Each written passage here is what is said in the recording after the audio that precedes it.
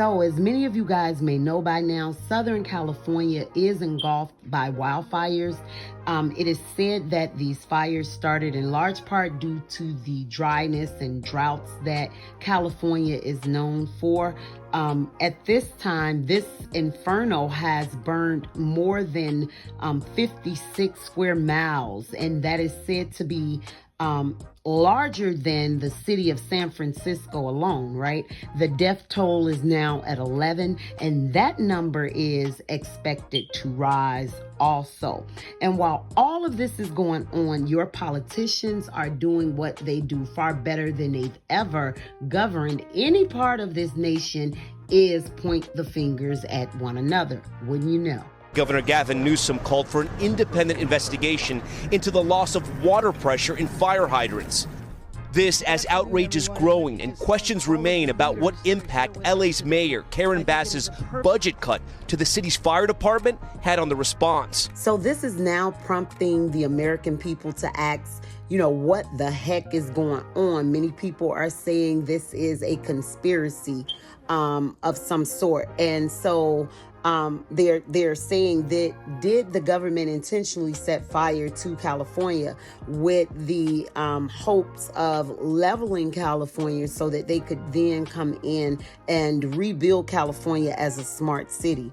I don't know, but these events as they unfold, they are more and more strange, definitely. And it's very troubling, and it should be troubling or concerning for every single American. Just pay attention to what's going on right before our eyes.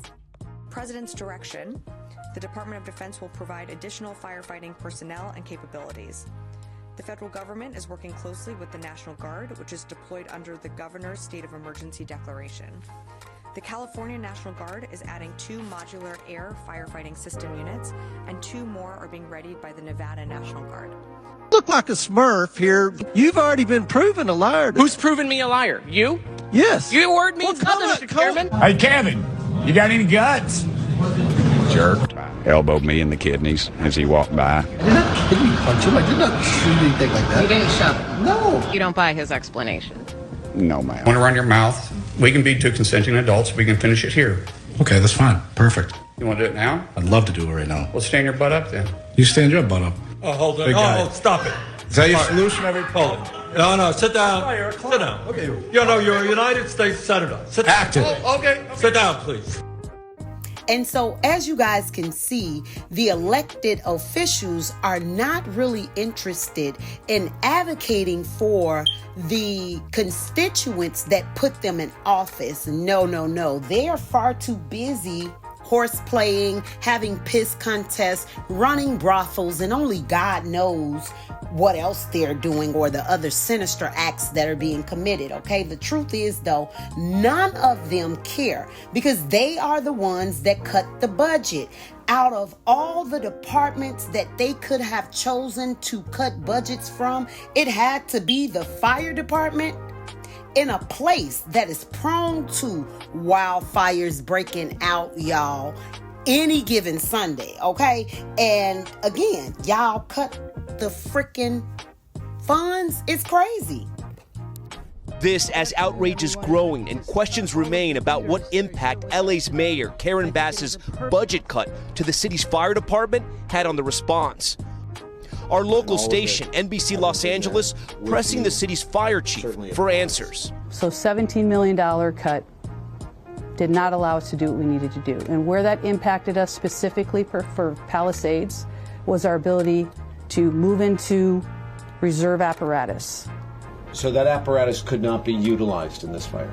We were limited with the number of resources that we could add and pre-deploy to this fire, yes.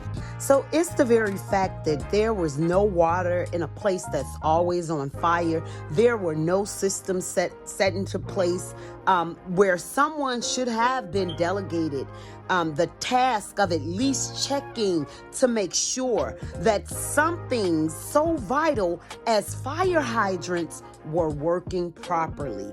Again, especially in a part of the region where, Tony Ben told us it never rains in Southern California. So that means it's a dry climate. It's like dehydrated out there, if you will, okay? But nobody thought, politicians, you guys didn't think that it was important enough to have some kind of preventive measures. Again, we know that you can't fully predict or prevent what Mother Nature, so-called Mother Nature, sent at you. But there are systems that you guys could have put in place where this massive failure would not have happened like this. But yeah, sure, we don't need any preventive measures put in place. You know, like, I don't know, guys, maybe working fire hydrants, right? And of course, we don't need more funds delegated to one of the most valuable departments, arguably in the country, but most definitely to California. The fire department is critical there. And the politicians didn't know that. Shame on you guys. Shame on you, politicians. Shame. Why was there no water in the hydrants, Governor? It's all literally. Is it going to be different next time? It has to be. Has to be. Of course. What are you going to do? I'm doing to everything fill the I can. hydrants. I would fill them up personally. You know that. I literally. I would fill up the hydrants myself. We're getting Why the was there resources. no? And so I guess there's an even more peculiar part of the story when you take into account of the insurance companies that were releasing policyholders as late as last year and as early as last month. So many homeowners lost their insurance, and then there were some that, you know, thought themselves to be fortunate enough to hold on or to secure insurance, only to file claims after this fire ravaged their lives, only to be told that the insurance that they had did not cover this disaster. This is crazy. And so I think it's high time that we stop, you know, thinking everything as a theory and actually be able to see the conspiracy. This is nuts. This is totally unacceptable.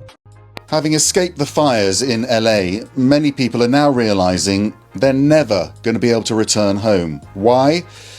Because they didn't have insurance and they can't afford to rebuild. And it's a frightening number of people. Over the last few months, over the last few years, insurance companies have been cancelling the cover for hundreds of thousands of people in LA because of the risk of fire.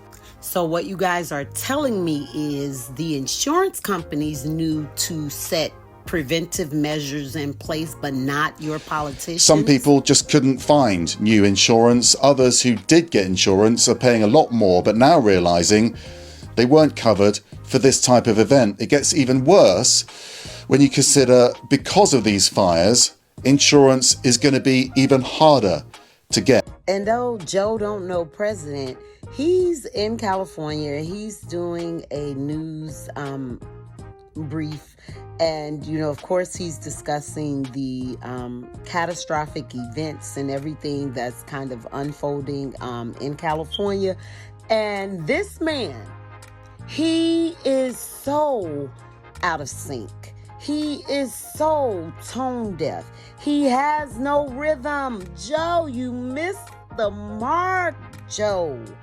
Joe starts talking about how he's proud that, you know, he's a new great-grandfather and all of this. This is my thing, Joe. It is a great thing. Most people think so anyway, to add, you know, new family when new life comes into a family. That is a great thing. That is to be celebrated, but that is to be celebrated amongst you and your family, especially at a time like this when so many people are losing so much. People are losing their possessions and their lives. And for you, the president, to come and, I don't know, it almost sounds like, you know, you're celebrating and you're boasting about what it is that you are gaining or receiving. You missed the mark. And again, if you were trying to use that statement or that information, that news to kind of make, the mood a little lighter, you missed the mark, Joe. Joe. Oh, Joe. And I need you all to listen and hear how Joe almost made this news conference sound like a audition for a Geico commercial. Just listen. What's happening? Nobody wants me to good news. My son lives out here anyway. They got a notification yesterday their home was probably burning around. Today, there's a lady still standing, I'm not sure. But the good news is, I'm a great-grandfather as of today. And now with a late-breaking story, here's Suzanne. Thanks, Tom. As the volcano continues to erupt, we take you live to correspondent John Ryland, who's at the scene. John, what's the situation? Suzanne, as you can see behind me, the lava is covering an area of about 2 square miles. It's a bad situation, but I do have good news. What's that, John? I just saved a bunch of money on my car insurance by switching to Geico. Good evening to you. What you see behind me here is a pile of misery, and it is not unique. There are several communities and neighborhoods and residential areas that look just like this. Good news is, I'm a great-grandfather as of today. This is so funny. You cannot make this stuff up. America. This is so disgraceful. This is so embarrassing that we are leading the charge of incompetent so-called leaders. Like, this is freaking crazy. He could not have been more off with that statement, in my opinion. Geico. 15 minutes could save you 15% or more on car insurance. Hey everybody, I'm Unpopular and I will be stopping by to share my thoughts with you guys. I've been told that by sharing your thoughts, it could be very therapeutic. So I love to share my thoughts. That is with the people that want to hear them and that may align with them. And if you happen to be that person, I'd like to ask you to consider subscribing to the channel. If you yoking with the content, hit the like button. It really does help me get in where I fit in and catch the algorithm that is. So I just like to thank you all in advance, and I will be right back with more unpopular thoughts.